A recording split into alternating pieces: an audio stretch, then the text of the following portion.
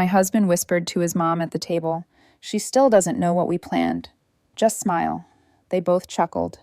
I wiped my mouth, stood up, and said in the same language they used, funny. Because I already finished planning mine. The way both of them froze mid-breath told me they finally realized something was very, very wrong. I'm 35 and I've been married for 6 years. My husband comes from a family that immigrated 2 generations back, and they still speak their native language at home, a language I supposedly never learned. That assumption was their first mistake. When we started dating 8 years ago, I made a conscious decision not to reveal that I was fluent in his family's language. My grandmother on my father's side was from the same country, and I grew up spending summers with her, learning the language naturally.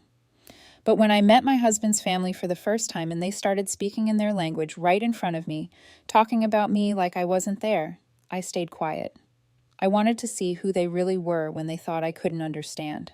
What I learned over the years was enlightening. His mother never liked me. She thought I wasn't ambitious enough, didn't make enough money, wasn't cultured enough.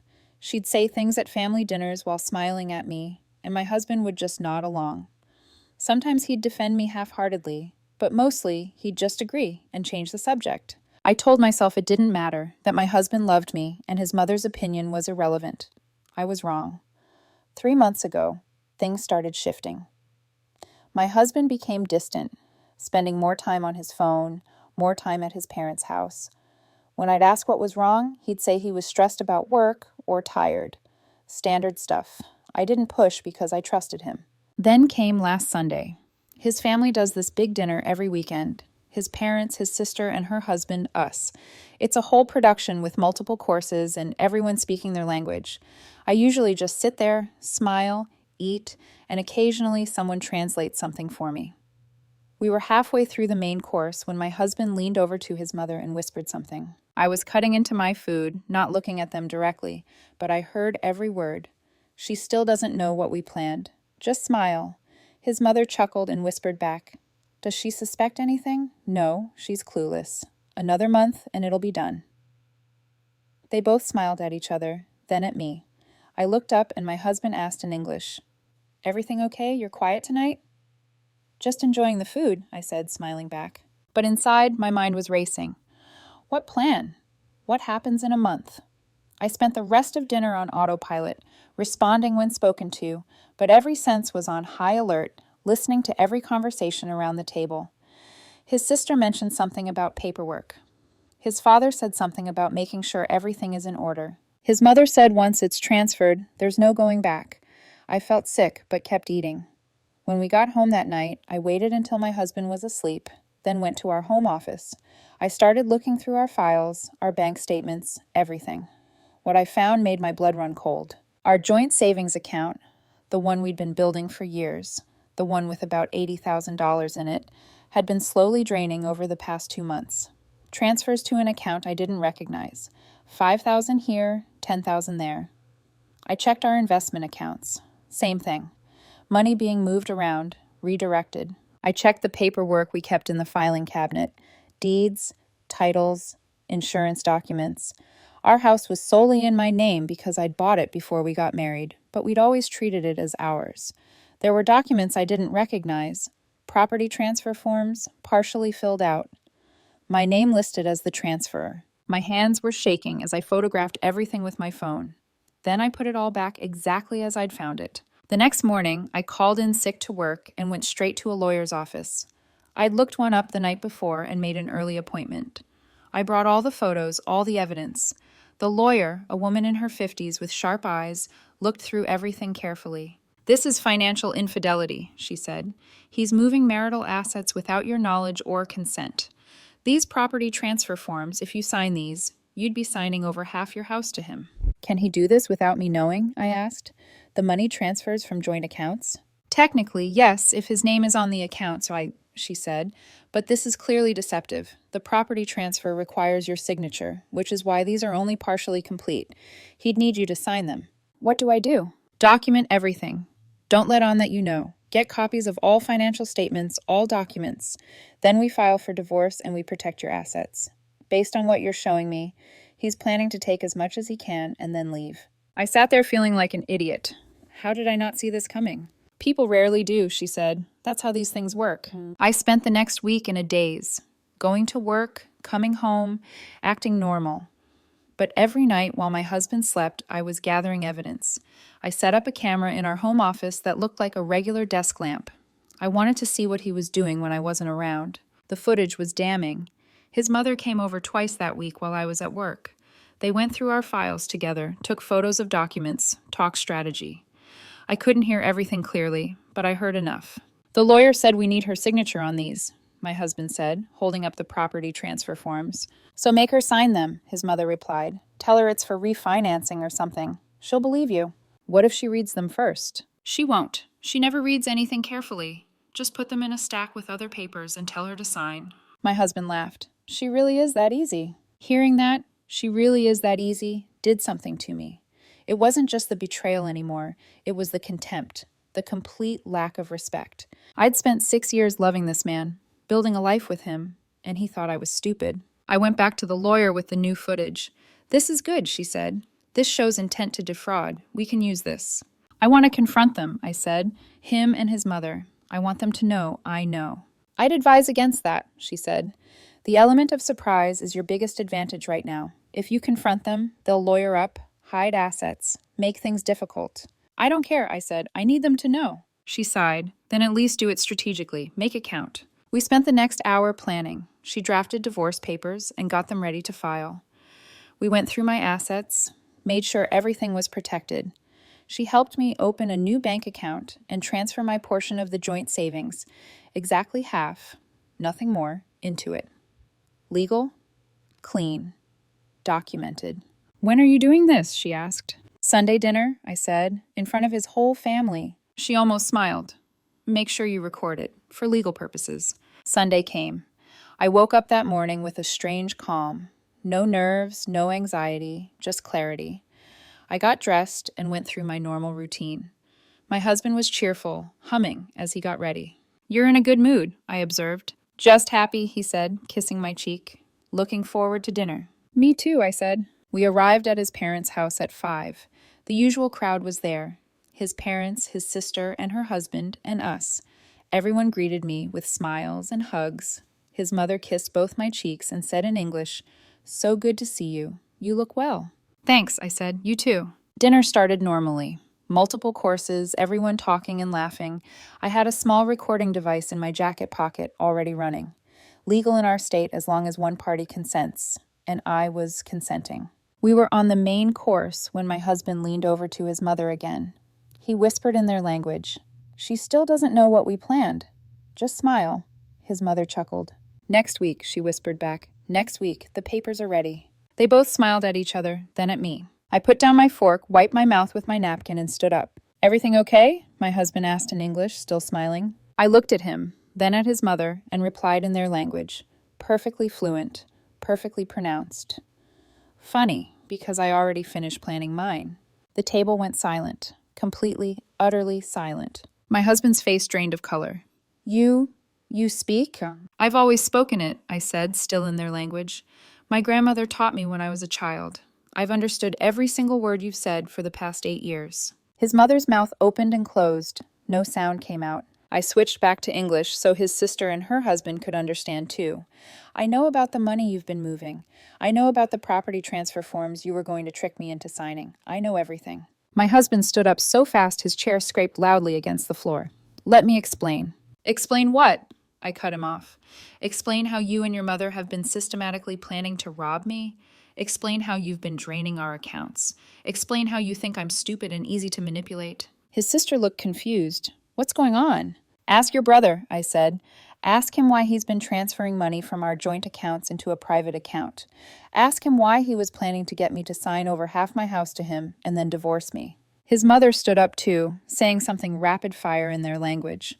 I caught words like misunderstanding and overreacting. "No misunderstanding," I said in her language, then switched back to English.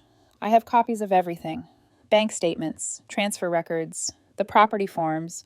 I also have video of you two in my house, going through my files, planning how to deceive me." My husband's face went from white to red. "You recorded us? That's illegal." "Actually, it's not," I said. "Single-party consent state. I consented to recording in my own home. My lawyer confirmed it's all admissible. Lawyer? He looked like he might faint. Did you think I'd just let you rob me? I asked. Did you really think I was that stupid? His mother started yelling in their language, calling me names I won't repeat. His father, who'd been silent this whole time, told her to be quiet. He looked at me and asked in careful English, "What do you want?" "Nothing from you," I said. "But your son will be receiving divorce papers tomorrow morning. I've already moved my share of our joint assets into a protected account. The house stays mine. My name, my property, purchased before marriage. He can take whatever personal items are his, and that's it." My husband started crying. "We've been married for 6 years. You can't just—" "I can, and I am," I said.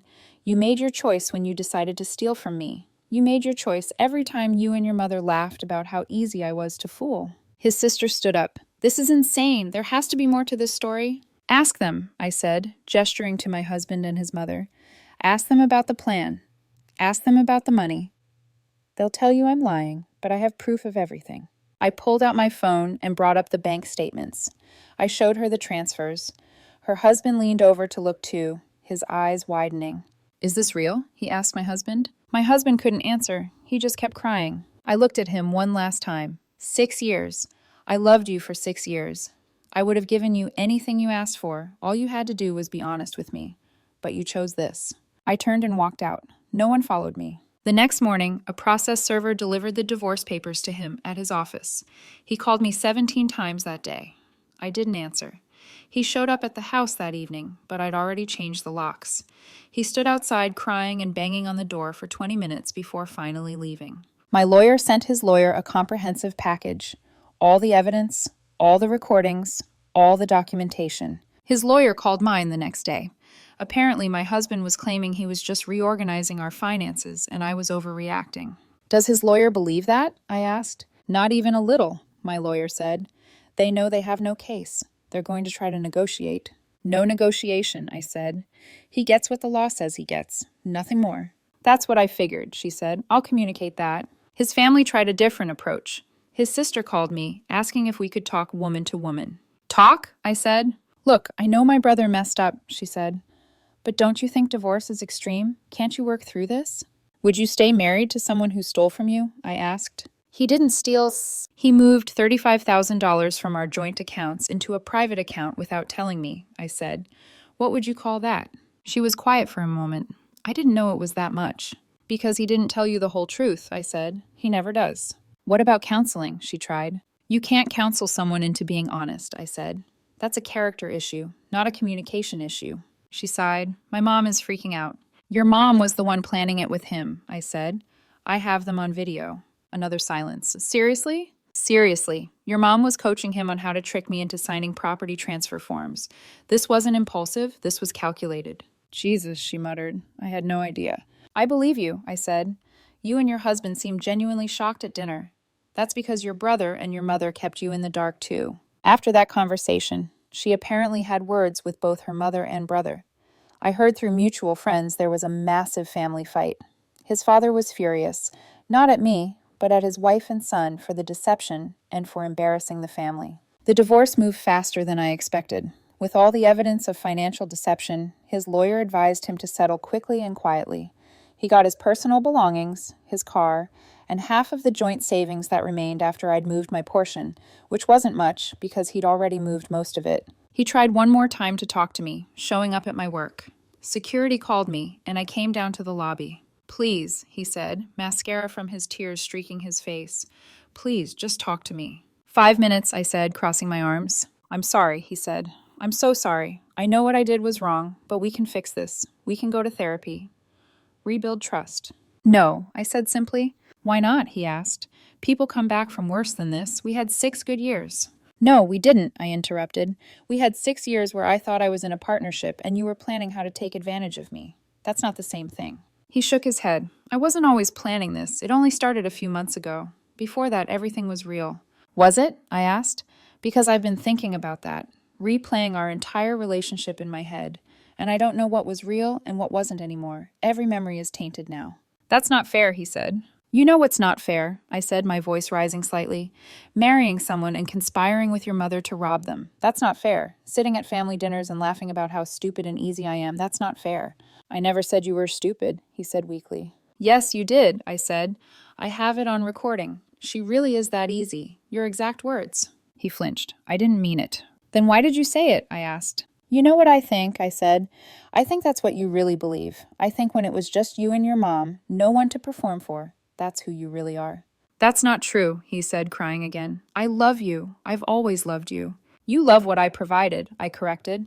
Stability, a home, someone you could manipulate. But you don't love me, the actual person. If you did, you couldn't have done what you did. Security was hovering nearby, watching the interaction. I nodded to them and started walking back to the elevators. Wait, he called after me. What about our vows? For better or worse? I turned back one last time. Worse is cancer, job loss, accidents, things that happen to you. This isn't worse. This is betrayal. This is a choice. The divorce was finalized 6 weeks ago. I got the house, my retirement accounts, and my dignity back. He got his personal items and learned an expensive lesson about fraud. His family situation imploded pretty dramatically. His father filed for separation from his mother. Turns out she'd been hiding other financial decisions from him too, and my situation was the last straw. His sister and her husband don't talk to either of them anymore. The whole family fractured. I heard through friends that my ex-husband moved to a different city to try to start fresh. His mother is living alone in the house, bitter and isolated. Part of me feels bad about that. Destroying a family wasn't my goal. But then I remember I didn't destroy anything. They did, with their lies and schemes. I've been doing better than I expected. The anger faded into something more like disappointment. I'm not angry at myself anymore for not seeing it sooner. How could I have known? They were careful, calculated. They used my trust against me. I've started dating again, which feels strange after 6 years. First date since my early 20s. I'm taking it slow, being careful, maybe too careful. My friends tell me I need to trust again eventually, and they're probably right. But right now, I'm okay with being cautious. The strangest part is the language. I still understand it perfectly, but now it's tangled up with betrayal in my mind. I was at a restaurant last month and heard a family speaking it at the next table, and I felt physically ill. Maybe that will fade with time. Last week, I got a letter from my ex-husband. My lawyer advised me not to open it, but I did anyway. It was long and rambling, full of apologies and explanations. He said his mother convinced him that women always hide assets before divorce, and he was just trying to protect himself. He said he got caught up in her paranoia and made bad choices. He said he never meant to hurt me. I read it once, then threw it away. Maybe his intentions weren't as malicious as they seemed. Maybe he really was manipulated by his mother, but it doesn't matter anymore. The result is the same. He lied, he stole, he betrayed me. Good intentions don't undo those actions. My lawyer told me I handled the confrontation perfectly. Most people would have yelled or made a scene, she said. But I stayed calm, stated facts, and walked away. That's the best revenge, showing them you're unbothered. But I wasn't unbothered, not really. I was devastated. I just refused to let them see it. That dinner, standing there speaking their language for the first time, watching their faces drain of color, that wasn't satisfaction. It was survival. It was taking back control of a situation where I'd had none. A friend asked me if I regret marrying him. Honestly, no. I regret how it ended, but I don't regret the experience. I learned a lot about myself, about trust, about paying attention to red flags. I learned that love requires honesty, and without it, everything else is just performance. I also learned that keeping secrets isn't always wrong. Knowing their language and keeping it to myself for 8 years was strategic. It wasn't deceptive. It was self-protective. And in the end, that secret saved me from losing everything. Would I do things differently if I could go back? Maybe I would have confronted the small disrespects earlier, the comments his mother made, the way my husband didn't defend me. Maybe I would have insisted on separate accounts from the start, but probably not, because the person I was then trusted completely, and I'm not sure I'd want to change that. The person I am now is different, more guarded, more aware. Whether that's good or bad, I haven't decided yet, but at least I'm free, and at least I know the truth. Sometimes that's enough.